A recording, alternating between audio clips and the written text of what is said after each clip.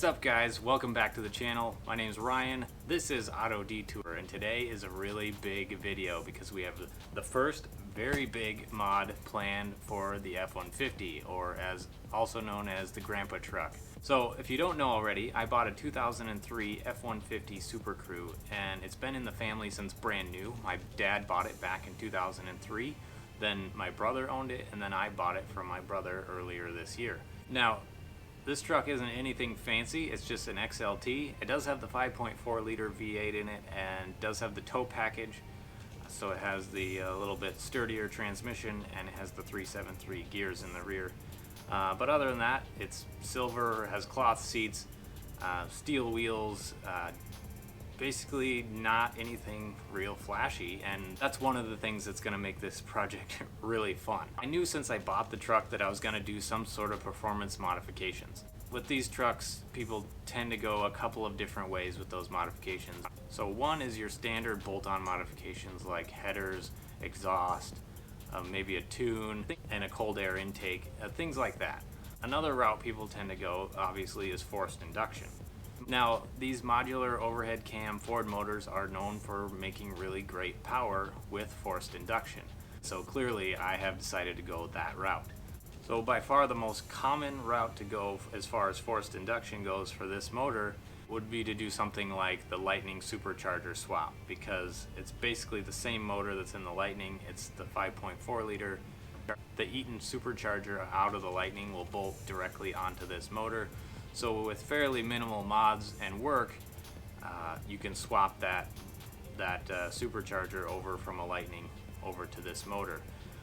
So that's a fairly common route to go, and a fairly inexpensive way to do it as well if you can find a good deal on a used Eaton supercharger off of a Lightning. Other supercharger kits are fairly spendy in the $3,000 to $4,000 range. You can get centrifugal superchargers, and I believe you can get a different Roots type supercharger. Since we're on the subject of the second generation Ford Lightning, actually both of my brothers have owned one. My oldest brother Josh, who you met in previous videos, owned a 1999 black Ford Lightning, and my other brother Eric, who you have also met in previous videos, he now owns the Ford Raptor that I did the review on. He owned a 2001 Lightning that is actually the same color that my truck is. Needless to say, I've spent plenty of time behind the wheel of the supercharged Lightning. And with that being said, I absolutely love the massive amounts of torque that supercharged 5.4 liter had. Definitely very addicting, and I love that supercharger whine. And like I said, the swap is fairly straightforward. Obviously you have to do supporting mods like larger fuel injectors, upgraded fuel pump, and a tune, of course. And to be honest, at first this is originally the route I thought I was going to go because of the reasons I just mentioned. However, since I've already had that Lightning experience, basically the same motor but supercharged, I wanted to go with something a little bit different. I've always enjoyed turbocharged cars, and it's a completely different feel than supercharged. Supercharged, you get this very linear power band. It comes on very low, lots of torque, and continues and winds all the way up through the RPMs, which is very exhilarating in its own right. Now, turbocharged cars have a very different feel.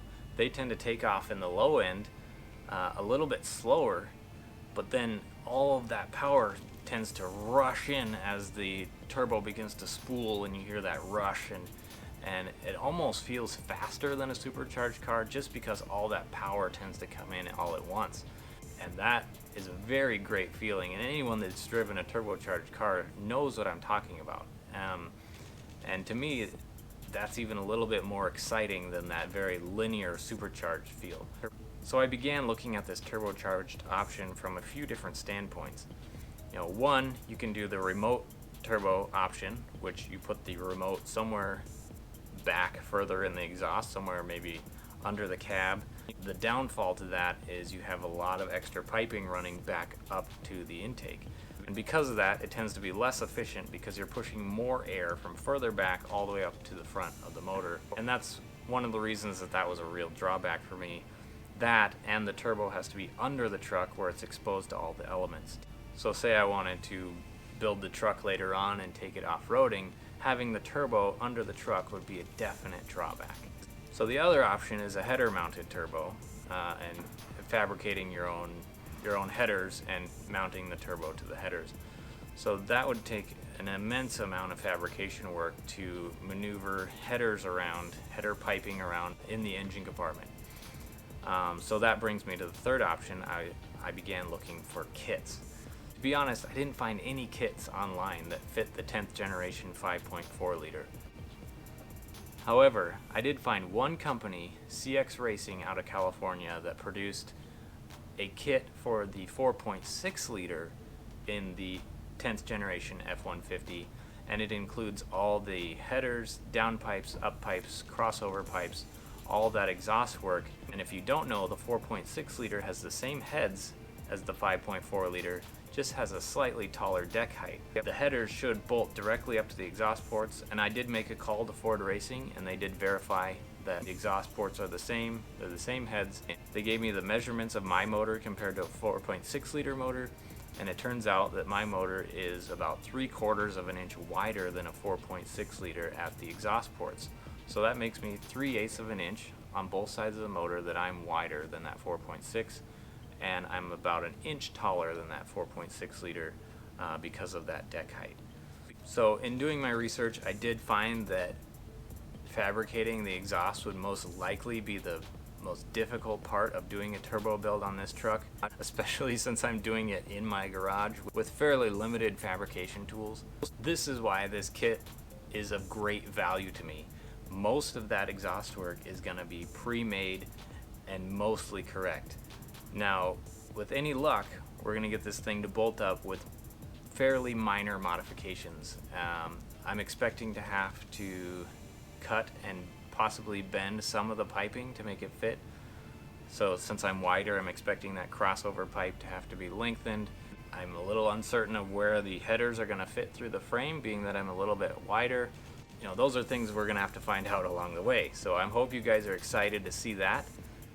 So while a turbo build on a 10th generation F-150 is probably slightly more expensive and definitely more complicated than a supercharger swap, the benefits for me just seem to outweigh the negatives. And in my case, I really am looking forward to doing something unique with the truck.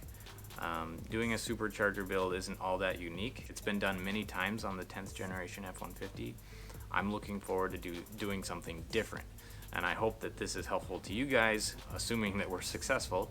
Just putting another option out there, and that's kind of what the car community is all about, is being unique, finding other ways to do things, and that's really what I'm excited about. So with all that being said, I talked about the exhaust piping, and for a little bit more money you can add on the intercooler kit, and so I did that as well.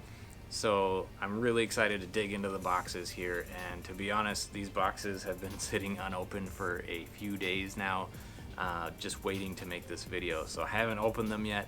I'm really excited to open them with you guys here, and it's been really killing me to see them sit here unopened. So let's just dive right in. Which one should we open first? Let's probably start with the small one.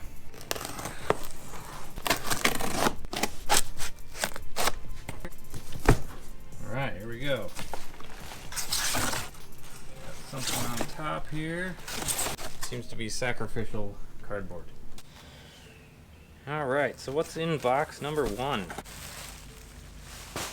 Looks like we got some braided hose here, some clamps, clamps on clamps, boomerang.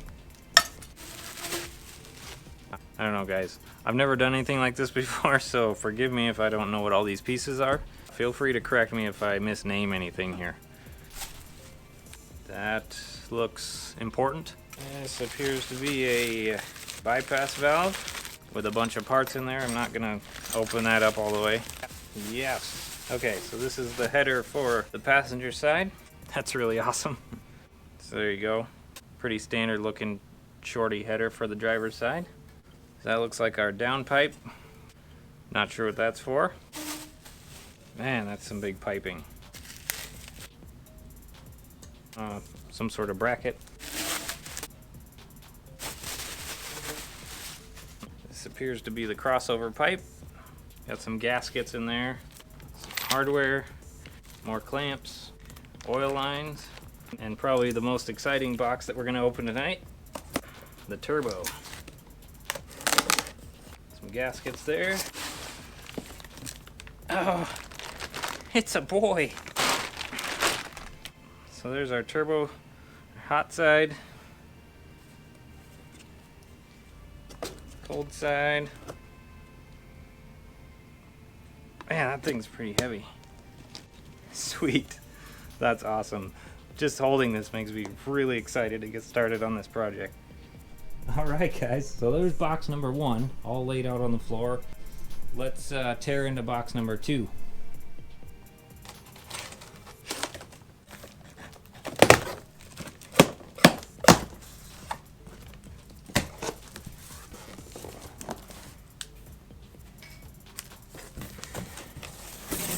Right on top, we got some, I'm assuming, electric fans.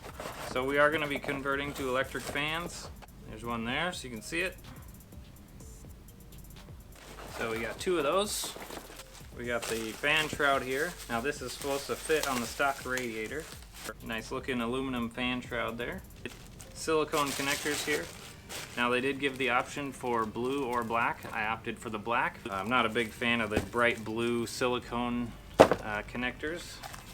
I went for a little more classy black look. We got a bunch of those in here. This looks like the intake pipe where our blow-off valve is going to go.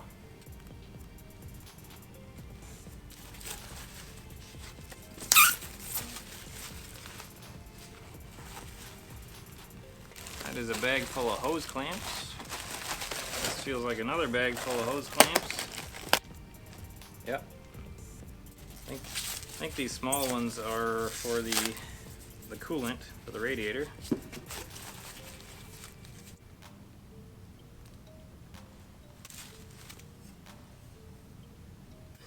This thing is massive.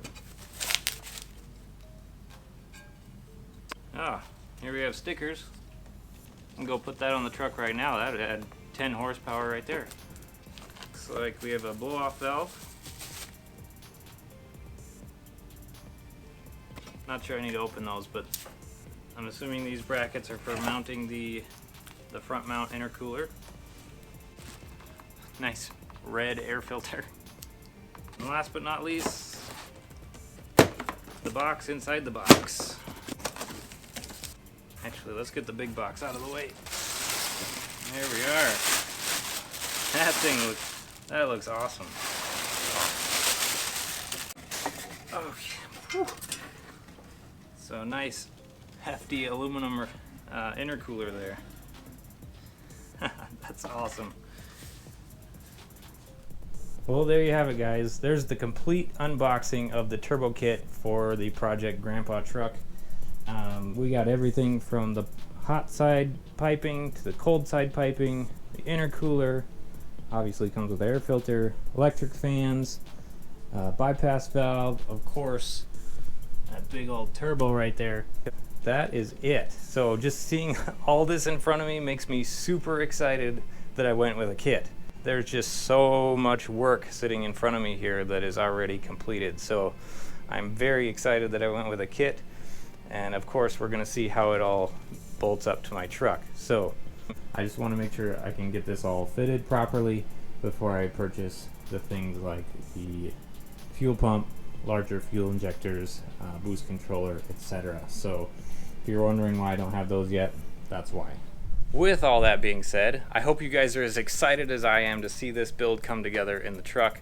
Obviously along the way I'm going to need the help of others because I am no expert in this field. You know, I do have some mechanical how-to. I've swapped engines and transmissions before, but I've never done anything as far as forced induction on a naturally aspirated motor. So I'm going to be looking to others for advice as we go here. So, you know, this is obviously episode number 1 of this build.